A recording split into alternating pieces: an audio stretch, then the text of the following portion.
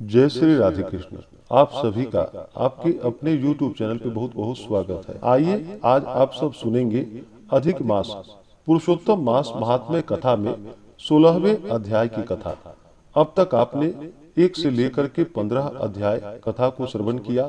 अगर पिछले अध्याय कथा को नहीं सुना हो तो हमारे चैनल पे वीडियो अपलोड है, आप वहां से जाकर के कथा को श्रवण कर सकते हैं। हिंदू धर्म में अधिक मास का बड़ा ही विशेष महत्व माना गया है। इन दिनों गंगा स्नान करना, दान पुण्य का कार्य करना, भगवान शिव का पूजन करना, भगवान श्री कृष्ण भगवान विष्णु का पूजन करना, भूमि पे शयन करना, जहाँ तक हो सके और जितने भी आप पूजन कर पाए उसका कई गुना पुण्य फल अधिक मास में प्राप्त होता है। तो आइए सुनते हैं अधिक मास पुरुषोत्तम मास महात्म्य कथा में 16वें अध्याय की कथा।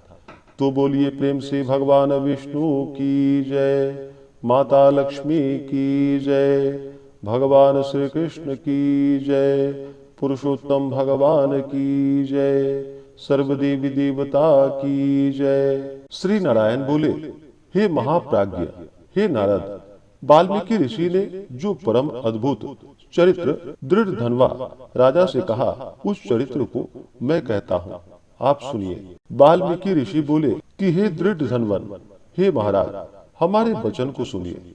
गरुड़ जी ने केशव भगवान की आज्ञा से इस प्रकार ब्राह्मण श्रेष्ठ से कहा।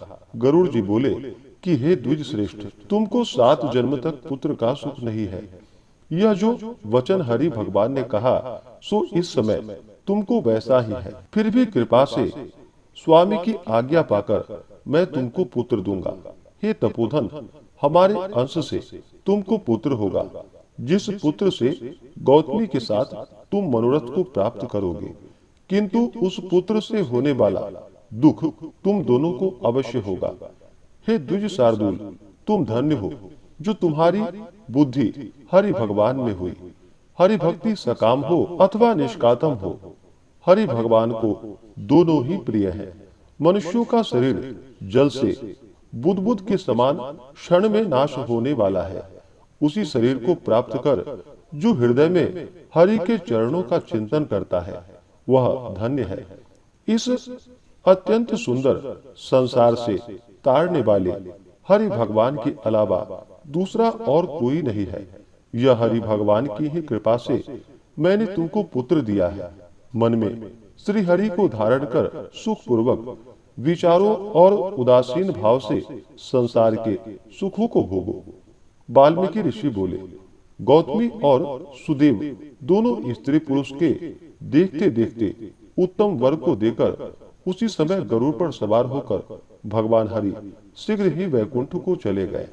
सुदेव शर्मा भी स्त्री के साथ अपने मन के अनुसार पुत्र रूप वर को पाकर अपने घर को आया और उत्तम गृहस्थ आश्रम के सुख को भोगने लगा।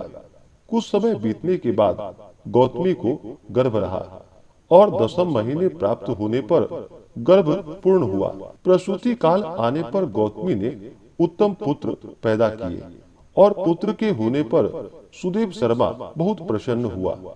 श्रेष्ठ ब्राह्मणों को बुलाकर जात कर्म संस्कार किया और अच्छी तरह स्नान कर ब्राह्मण श्रेष्ठ सुदेव शर्मा ने उन ब्राह्मणों को बहुत दान दिया।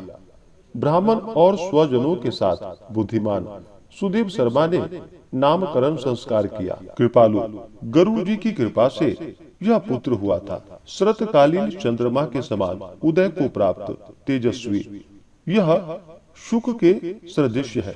इसलिए मेरा यह प्रिय पुत्र शुकदेव नाम वाला हो। माता के मन को आनंद देने वाला यह पुत्र पिता के मनोरथों के साथ साथ शुक्ल पक्ष के चंद्रमा के समान बढ़ने लगा। पिता ने हर्ष के साथ उपनयन संस्कार कर गायत्री मंत्र का उपदेश किया। बाद में यह बालक वेदारंभ संस्कार को प्राप्त कर ब्रह्मचर्य व्रत में स्थित हुआ। उस ब्रह्मचर्य के तेज से युक्त बालक साक्षात दूसरे सूर्य के समान शोभित हुआ। बुद्धि सागर उस बालक ने वेद का अध्ययन प्रारंभ किया। उस गुरु वत्सल बालक ने सद्बुद्धि से अपने गुरु को प्रसन्न किया और गुरु के एक बार कहने मात्र से समस्त विद्या को प्राप्त किया। वाल्मीकि ऋषि बोले, एक समय कोटि सूर्य के समान प्रभाव वाले देवल ऋषि आए। उनको देखकर हर्ष से सुदेव शर्मा ने दंडवत प्रणाम किया। अर्घ्य, पाद्य आदि से विधि पूर्वक उन देवल मुनि की पूजा की और महात्मा देवल के लिए आसन दिए। अति तेजस्वी देव दर्शन देवल ऋषि उस आसन पर बैठ गए। बाद अपने चरणों पर बालक को गिरे हुए देखकर देवल ऋषि बोले। देवल मुनि बोले, हे सुदेव, तुम धन्य हो। तुम्हारे ऊपर भगवान प्रसन्न हुए, क्योंकि तुमने दुर्लभ सुंदर श्रेष्ठ पुत्र को प्राप्त किया। ऐसा विनीत, बुद्धिमान, बोलने में चतुर, वेद पाठी और शीलवान पुत्र कहीं भी किसी के यहाँ नहीं देखा जाता। हे पुत्र, यहाँ आओ। तुम्हारे हाथ में यह कौतुक क्या देखता हूँ? सुंदर छत्र, 2 चामर, यव रेखा के साथ कमल, जानू तक लटकने वाले हाथी के सूंड के समान ये तुम्हारे हाथ, कान तक फैले हुए विशाल नेत्र, शरीर गोल आकार का, त्रिबली से युक्त पेट है। इस प्रकार उस बालक के विषय में कहकर उस ब्राह्मण को उत्कंठित देखकर देवल ऋषि फिर बोले, अहो हे सुदेव, यह तुम्हारा लड़का गुणों का समुद्र है। कंधा और कोख का संधि स्थान गूढ़ है। शंख के समान उतार चढ़ाव युक्त गला वाला, चिकन टेढ़ा, सिर के बाल वाला, ऊंची छाती, लंबी गर्दन, बराबर कान, बैल के समान कंधा, इस तरह समस्त लक्षणों से युक्त यह पुत्र श्रेष्ठ भाग्य का निधि है। एक ही बहुत बड़ा दोष है, जिससे सब व्यर्थ हो गया। इस प्रकार कहकर सिर कांपते हुए दीर्घ श्वास लेकर देवल मुनि बोले, प्रथम आयु की परीक्षा करना, बाद लक्षणों को कहना चाहिए। आयु से हीन बालक के लक्षणों से क्या प्रयोजन है? हे सुदेव, यह तुम्हारा लड़का 12वें वर्ष में डूबकर मर जाएगा। इससे तुम मन में शोक नहीं करना। जो आवश्यक होने वाला है वह निसंदेह होकर ही रहता है। मरणासन्न को औषध देने के समान उसकी कोई प्रतिक्रिया नहीं होती। वाल्मीकि मुनि बोले। देवल मुनि इस प्रकार कहकर ब्रह्मलोक को चले गए और गौतमी के साथ सुदेव ब्राह्मण पृथ्वी पर गिर गया। पृथ्वी पर पड़ा हुआ देवल ऋषि के कहे हुए वचनों को स्मरण कर चिरकाल तक विलाप करने लगा। बाद उसकी स्त्री गौतमी धैर्य धारण करती हुई पुत्र को अपनी गोद में लेकर प्रथम प्रेम से पुत्र का मुख चुंबन कर बाद पति से बोली।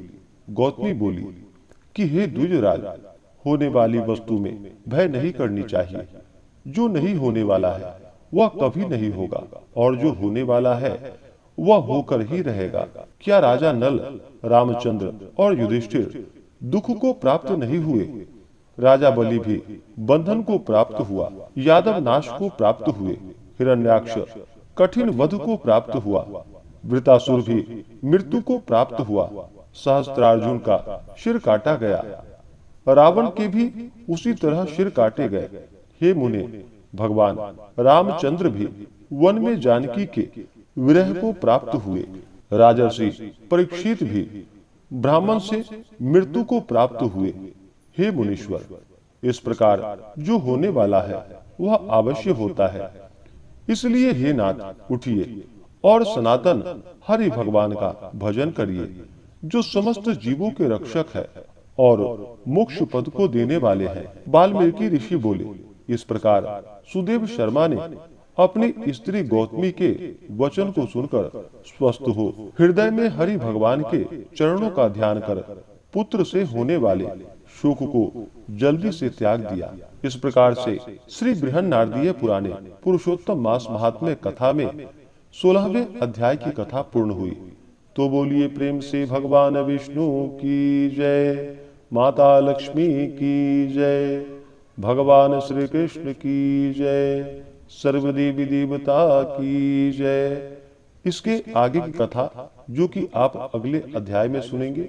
इसी प्रकार से हमारे चैनल पे कथा को सुनने के लिए चैनल पे अगर आप नए हैं तो चैनल को लाल बटन दबा करके सब्सक्राइब करें, साथ में बेल आइकन घंटी को दबाएं ताकि मेरे वीडियो का नोटिफिकेशन आपको समय से मिलता रहे।